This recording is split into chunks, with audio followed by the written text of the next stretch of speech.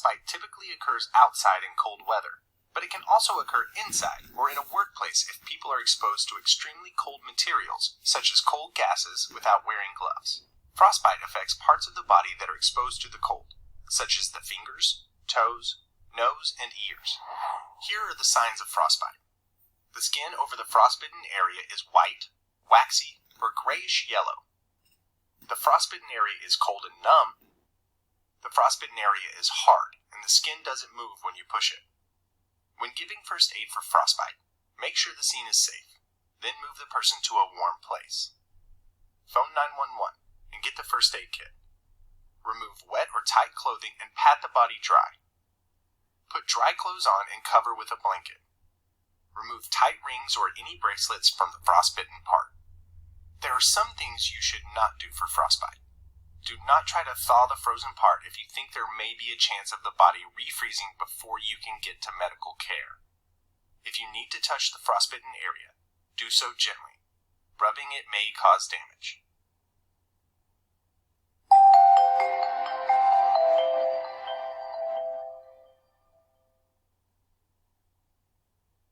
Staying too long in a cold, pouring rain or other wet and cold conditions can lead to hypothermia. Hypothermia is another name for low body temperature. When this occurs, it can cause serious problems or even death. A person can develop low body temperature even when the outside temperature is above freezing. The signs of low body temperature may include skin that's cool to the touch, shivering, which stops when the body temperature is very low, confusion, and a change in personality. The person may also feel sleepy or seem unconcerned about his or her condition, or the muscles may become stiff and rigid while the skin becomes ice cold and blue. As the person's body temperature continues to drop, it may be hard to tell if the person is breathing. The person may become unresponsive and even appear to be dead. Here are the first aid actions for a person with low body temperature. First, make sure the scene is safe. Get the person out of the cold. Remove wet clothing, pat the person dry, and cover with a blanket. Phone 911 and get the first aid kit and AED. Put dry clothes on the person and cover the body and head, but not the face, with blankets, towels, or even newspapers. Remain with the person until someone with more advanced training arrives. If the person becomes unresponsive, check to see if he or she needs CPR. Provide CPR if needed. It's important to get the person to medical care as soon as possible.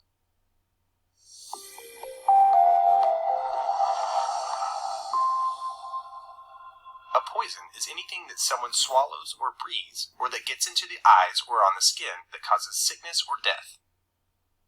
Many products can poison people.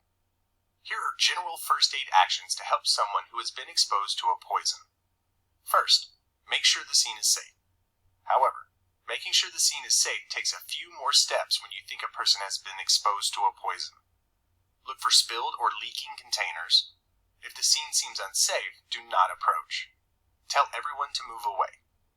Stay out of the scene if you see multiple people who may have been poisoned. Get the first aid kit and AED. Phone 911. Tell the dispatcher the name of the poison if you know it. Some dispatchers may connect you to a poison control center. Give only those antidotes that the poison control center or dispatcher tells you to. The first aid instructions on the poison itself can be helpful, but may be incomplete.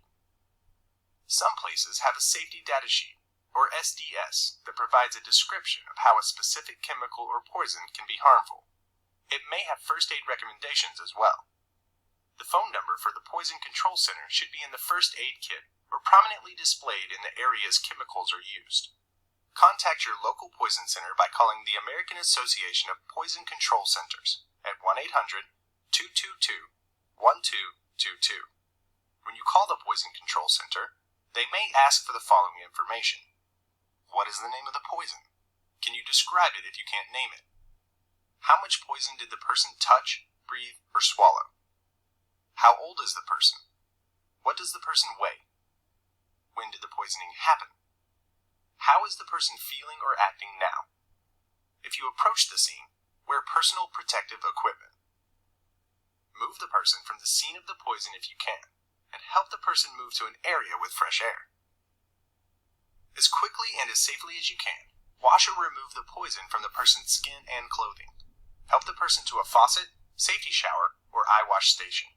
Remove clothing and jewelry from any part touched by the poison. Use a gloved hand to brush off any dry powder or solid substance from the person's skin. Run lots of water over the affected area until advanced medical care arrives. If an eye is affected, ask the person to blink as much as possible while rinsing the eyes. If only one eye is affected, make sure the eye with the poison in it is the lower eye so that you don't rinse the poison into the unaffected eye. Provide CPR if the person becomes unresponsive and isn't breathing normally or is only gasping. Use a mask for providing breaths. This is especially important if the poison has contaminated the person's lips or mouth.